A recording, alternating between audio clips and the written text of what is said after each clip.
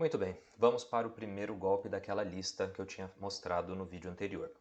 O golpe aqui que a gente vai falar é o furto de identidade, em inglês é o Identity Theft.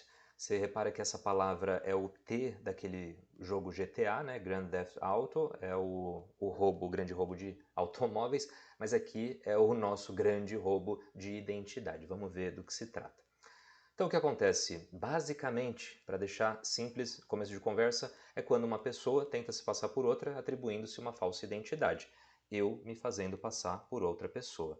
Existem várias formas da gente fazer isso, a gente vai ver nos próximos slides, mas é algo muito simples. Lembra que eu tinha falado que um golpe de internet não precisa ser sofisticado, não precisa usar recursos tecnológicos, não precisa ter programação, ser o hackerman, simplesmente eu tenho várias formas de fazer isso, né?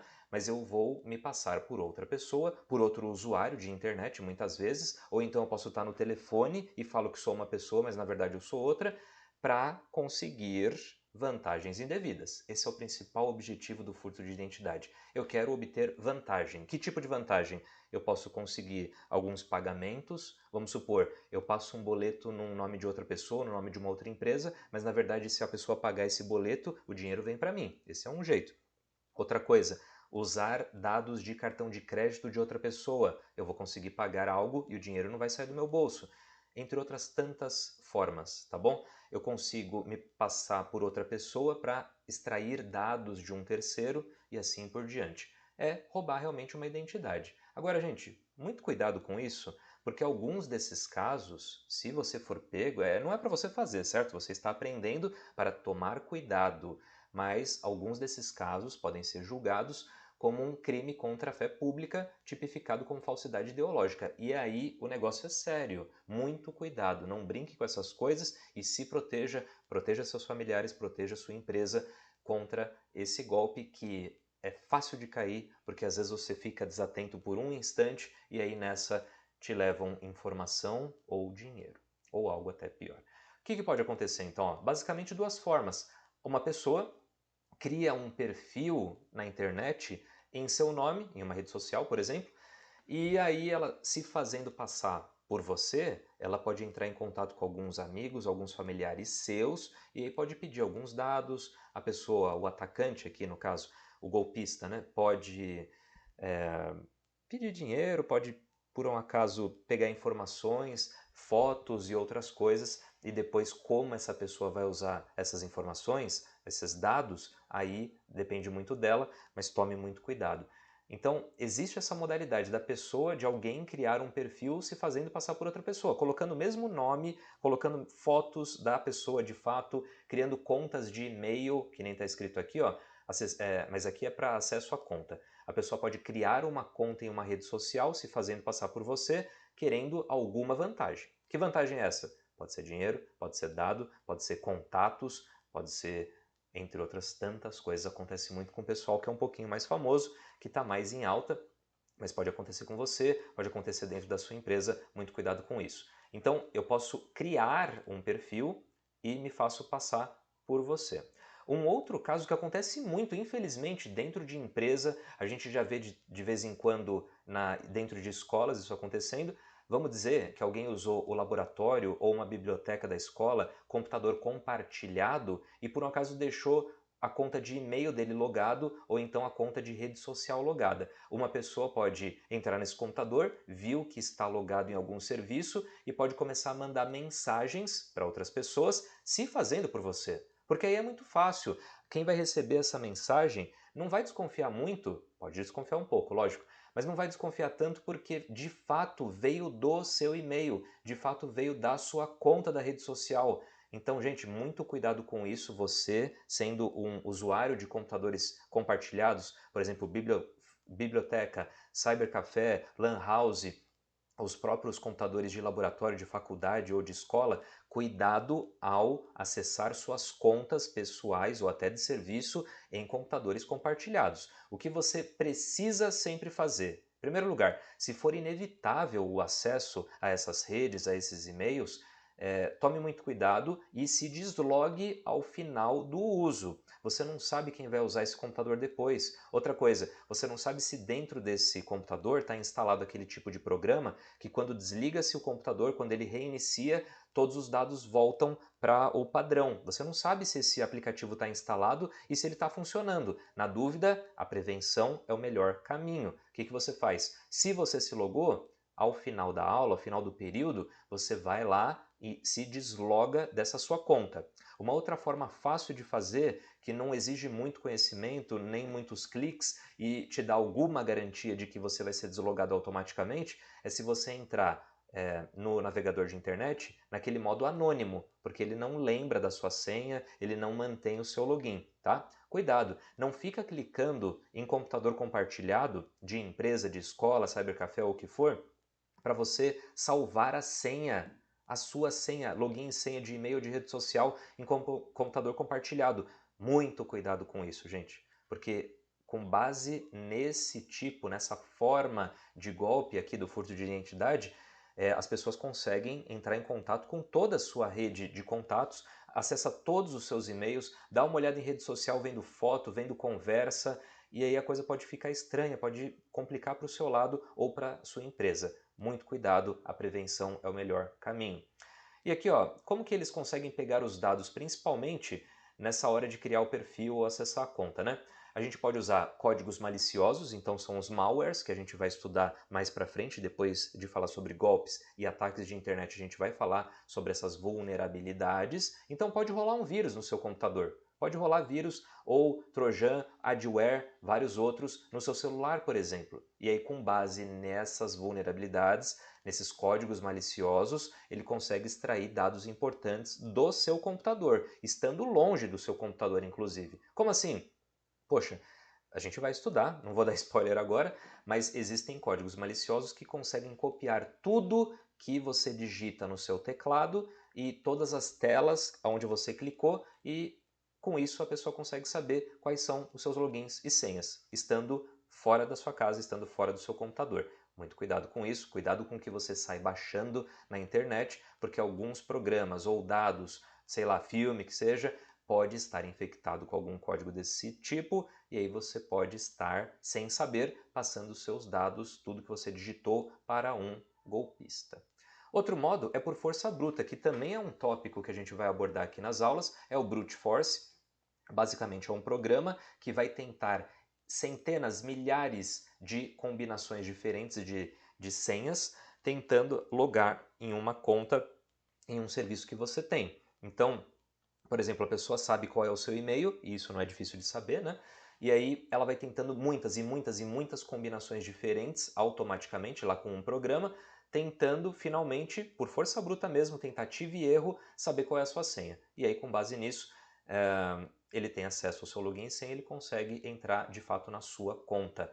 Alguns serviços hoje de internet, vários deles, né, vários dos que a gente usa hoje, já tem uma proteção contra essa força bruta, ela não deixa você errar tantas vezes seguidas, isso é bom.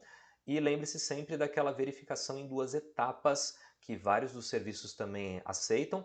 A pessoa precisa colocar o login, a senha, os dois deles corretos, e aí quando ela clica para enviar esses dados para realmente logar no servidor, vem uma notificação no seu celular querendo dizer, é você que está tentando acessar mesmo os seus dados. Quando você confirma, aí sim você ganha o acesso.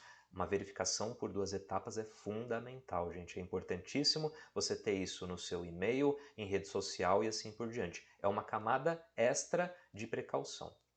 E uma outra forma de pegarem os seus dados é por interceptação de tráfego em redes não criptografadas. Isso é outra coisa que eu vou ficar falando várias e várias aulas, você vai me ouvir falar muito sobre isso, sobre essa parte de criptografia entre redes, principalmente redes públicas, Wi-Fi.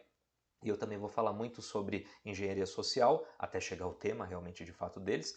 Mas o que acontece? Se você entra em uma rede Wi-Fi que não tem senha, em um lugar público, por exemplo, se ela não tem senha, ela não tem criptografia entre você e o servidor. Então qualquer um pode entrar na mesma rede que você, né, sabendo que é uma rede Wi-Fi livre, ali sem senha, em um local público, como por exemplo uma praça, pode ser aeroporto ou o que for, e a pessoa consegue capturar os dados que você está mandando do seu computador para o servidor e vice-versa. E ele consegue ver tudo, consegue ver login, consegue ver senha. Se você não criptografa esses dados, a pessoa de fato nem tem muita dificuldade em capturar esses pacotes. Muitíssimo cuidado com isso, tá? Cuidado com redes Wi-Fi gratuitas e principalmente que não tem senha, não tem criptografia. Que seja uma senha minimamente o básico do básico, 1, 2, 3, 4, 5, 6, que já é horrível, mas se essa rede Wi-Fi tem senha, muitíssimo provavelmente ela tem uma criptografia, e existem vários níveis, né, de criptografia, mas se o dado já está minimamente criptografado, já é um pouquinho mais difícil de revelarem os seus dados, tá bom? Então, cuidado com esse tipo de rede. Como é que eu vou me precaver em relação a isso? Eu já te falei aqui, né? Se eu fui falando como pegam os dados, uma forma de você se prevenir é tomando cuidado com o que você baixa. Força bruta, você tem que estar logado a sua conta em servidores, em serviços que tem controle, tem bloqueio com isso. E como é que eu sei isso? Poxa, os grandes serviços hoje já tem, né? Serviços como o Google, os produtos do Facebook, já tem, entre outros tantos, tá? E a interceptação de tráfego em rede não criptografada, eu já falei como que você se previne, que é não entrando em uma rede que não tem criptografia.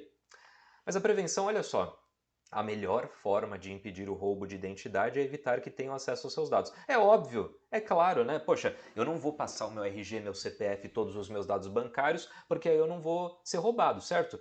Mas assim, gente, o que você tem que entender é que você deve evitar ao máximo, você tem que tomar cuidados para que essas informações não sejam furtadas ou roubadas. Porque depois que ele tem todos os seus dados, tem o seu nome, sobrenome, tem CPF, tem o RG, tem e-mail, tem informações importantes e pessoais sobre você, aí fica um pouquinho mais fácil para eles furtar a sua identidade e ou usar a sua própria rede, o seu próprio e-mail para tentar conversar com outras pessoas. É o seu papel evitar ao máximo que você fique dando essas informações de graça para esse pessoal que é golpista. Aí você vai pensar, mas eu não fico mandando os dados assim. Toma cuidado, porque às vezes você participa de uma ou outra rede social, um ou outro programa que rouba seus dados. A gente viu muito isso acontecer. Programa, por exemplo, de vídeo, de teleconferência, que foi muito falado por ali, no começo dele, ali no começo da pandemia, eles estavam perdendo alguns dados, os dados estavam sendo furtados. Que mais? Tem aplicativo que toda hora fica tendo acesso à câmera do seu celular, às fotos que você tirou, os prints que você tirou. Que mais? Tem algumas brincadeiras de rede social, por exemplo, veja como você vai ficar 30 anos mais velho, ou então que perfil que você tem, quem você seria no universo do não sei o que lá. Esse tipo de programa parece que é inocente, mas eles capturam muitos dados nossos. Tudo bem? Então, uma forma de prevenção é não ficar usando esse tipo de programa, certo? Então, além disso, né? Tome muito cuidado quando você vai pensar numa senha nova, ao elaborar uma senha e usar ela, né? Além de tomar cuidado com os seus dispositivos e os dispositivos compartilhados. Aqui o que eu tenho para falar para você? O seguinte, ao elaborar uma senha, a gente sempre fala algumas dicas. Crie uma senha um pouco longa, no mínimo, do mínimo, 8 caracteres. Esses caracteres você vai fazer uma combinação entre letras e números. As letras podem e devem, para dificultar um pouco, ser maiúsculas e minúsculas. Faça um mix disso, letra maiúscula e minúscula. Use caracteres especiais, aquela hashtag, arroba, exclamação. Isso já vai dificultando se você coloca entremeado entre uma letra, um número, letra maiúscula, letra minúscula, caracteres especiais. E de pelo menos 8 caracteres, pode ser 10, 12, quanto mais for, mais difícil é tentarem acessar sua conta por força bruta. E aqui está escrito, cuidado ao usar as senhas, é aquilo que eu tinha falado. Cuidado quando você vai digitar a sua senha, tenta não ficar digitando de forma muito devagar, de forma muito aberta o seu teclado, quase como catando milho ali no tecladinho, porque alguém pode estar ali de olho, tá ali por perto, e aí, sabendo a sua senha, sabendo também o seu login, aí é fácil de invadirem, né? Cuidado com isso. Cuidado com os dispositivos compartilhados, isso eu já falei aqui nesse slide mesmo. E cuidado com o seu dispositivo, por exemplo, o dispositivo móvel, ou então o seu notebook. Ah, eu vou deixar na sala de aula ali e ninguém vai ver. Você sabe? Você sabe com quem você está lidando? Na empresa também? Será que ninguém quer dar uma olhada? Celular que fica na mão de um, de outro, ou o que for, deixa o celular na mesa e vai no banheiro, vai na cafeteria, ou o que for. Cuidado, gente, não deixa na mão ali, porque se você fica dando brecha, fica mais fácil de você cair em algumas vulnerabilidades. Muito cuidado com isso, tá? E aqui tem alguns indícios de, olha, eu acho que você caiu nesse golpe do furto de identidade, provavelmente estão com alguns dados seus. Como é que a gente tenta ver isso? Em primeiro lugar, você começa a ter alguns problemas com aqueles órgãos de proteção ao crédito, tipo SPC ou Serasa. É claro, meu amigo e minha amiga, se você não pagar suas contas, por um acaso você vai cair nesses órgãos de proteção, né? Mas o que acontece? Às vezes você paga tudo em dia, você tem toda uma preocupação, um cuidado com isso, e mesmo assim você recebe alguma notificação desses órgãos. Em primeiro lugar, preste muita atenção que em algumas vezes tem uma pessoa se fazendo passar pelo SPC ou Serasa. Não são eles de fato. Você recebe algum e-mail, alguma coisa assim, uma ligação, uma mensagem no celular falando: olha, seu nome está negativado aí, seu nome está sujo no Serasa ou no SPC. E na verdade não são eles que estão te mandando, é um terceiro se fazendo passar por essa empresa, tá bom? Então, muito cuidado se o próprio e-mail, a própria notificação não é um golpe, mas o que pode acontecer é, de fato, aí sim, essas empresas, entram em contato com você falando que você não pagou uma determinada conta. E aí você pensa, poxa, mas eu nem tenho conta nesse lugar, nesse banco, nesse serviço. Provavelmente usaram os seus dados para criar essa conta e aí, literalmente, a conta está caindo em você. Cuidado, tá? Preste atenção para ver se não é golpe nesse envio e se por um acaso de fato são essas empresas sérias, você pode ter sido os seus dados podem ter sido vazados. Toma cuidado assim, ó, se por um acaso você recebe uma resposta de um e-mail que você nem enviou. Então imagina, olha a loucura. Você abre a sua caixa de e-mail e vê ali que alguém, talvez uma pessoa conhecida, uma empresa conhecida, ou então alguém desconhecido, falando que não tem interesse em algum produto ou serviço, em alguma oferta, e aí você pensa, quem é essa pessoa? Por que ela está me mandando um e-mail falando que não quer alguma coisa que eu nem ofereci? Pois é, pode ter acontecido de que usaram a sua conta de e-mail para propagar alguma informação ou para tentar pegar algum dado seu ou da outra empresa. Cuidado, se você está recebendo e-mail de resposta de e-mails que você nem mandou, é um sinal. Cuidado. O que mais? Notificação de acesso a contas que você não acessou em horários estranhos no local que você não esteve. O que acontece? Ainda que a gente tenha algumas notificações, né? Tem alguns serviços de e-mail, redes sociais que te avisam. Por exemplo, olha, é você mesmo que está tentando acessar o e-mail ali, a sua conta de e-mail ou o que for. O Google faz muito isso e às vezes vem para o bem. E muitas vezes eu faço um login, eu faço um acesso no computador da escola e eu recebo uma notificação no celular perguntando: é você mesmo que está acessando? Está tudo certo? E às vezes é. O cuidado que você tem que ter é, se por um acaso aparece, você recebe um e-mail real, também cuidado com isso para não ser um outro tipo de golpe, mas realmente, vamos supor, o Gmail, o Google está mandando um e-mail, você sabe que são eles mesmo pelo URL ou o que for, e eles falam: olha, novo login feito na Indonésia. E meu amigo, você não estava lá, você nem nunca saiu do Brasil e está tendo um acesso lá. Muito provavelmente a sua senha foi quebrada, ou por força bruta, ou porque você fica usando uma senha só para todos os serviços. E aí o que acontece? Se um dos sites, se um desses serviços tem o banco de dados invadido, por exemplo, e eles não tinham criptografia, login e senha está à mão desses golpistas. E aí eles divulgam esses dados. Eles ganham dinheiro vendendo essas informações. E aí, se o seu login e senha é sempre o mesmo em vários serviços, não é difícil de ficarem tentando logar em contas que você tem. Tá? Cuidado com isso então. Provavelmente roubaram ali esses dados, o que você tem que fazer? Trocar a sua senha, troque com alguma frequência, tá? E use aquela informação sobre senhas que eu acabei de falar. E aqui outra coisa, movimentações não reconhecidas no cartão de crédito e extrato bancário.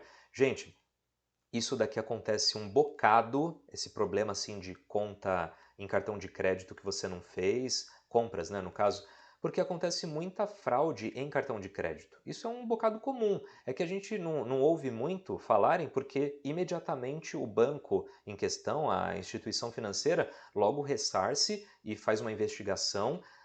O nível de segurança deles é muito alto e eles cada vez estão crescendo mais e mais. O problema é que os golpes estão aumentando também, né? E a gente tem que se educar em relação a isso. Mas o que acontece muito é, de repente, vem um ou outro, uma compra que você não entende do que se trata, não sabe se fez ou se não fez a compra e deixa passar. Isso pode ter sido feito por um golpe que clonaram o seu cartão, por exemplo. Isso acontece. Se você tem aqueles aplicativos de celular para registrar tudo do cartão de crédito, fica mais fácil de você saber, você recebe uma notificação na hora, mas tem gente que não olha o extrato do cartão, não olha o extrato do banco, e se são pequenas comprinhas, a pessoa deixa passar. Ela não reconhece direito aonde foi feito, ela acha que é normal e no final estão usando seus dados e você nem está percebendo. O que é muito comum desses golpistas é fazer pequenas compras, mas às vezes eles fazem compras um pouco grandes e aí que você desconfia. Mas tem gente que nem desconfia porque nem olha isso, simplesmente sai pagando. Aí é outro nível também, né? Parece que tá, tá sobrando dinheiro aí, não sei. Mas é isso que eu queria falar para vocês sobre furto de identidade. No próximo vídeo a gente vai falar sobre o outro golpe, que é o próximo vídeo. Até a próxima!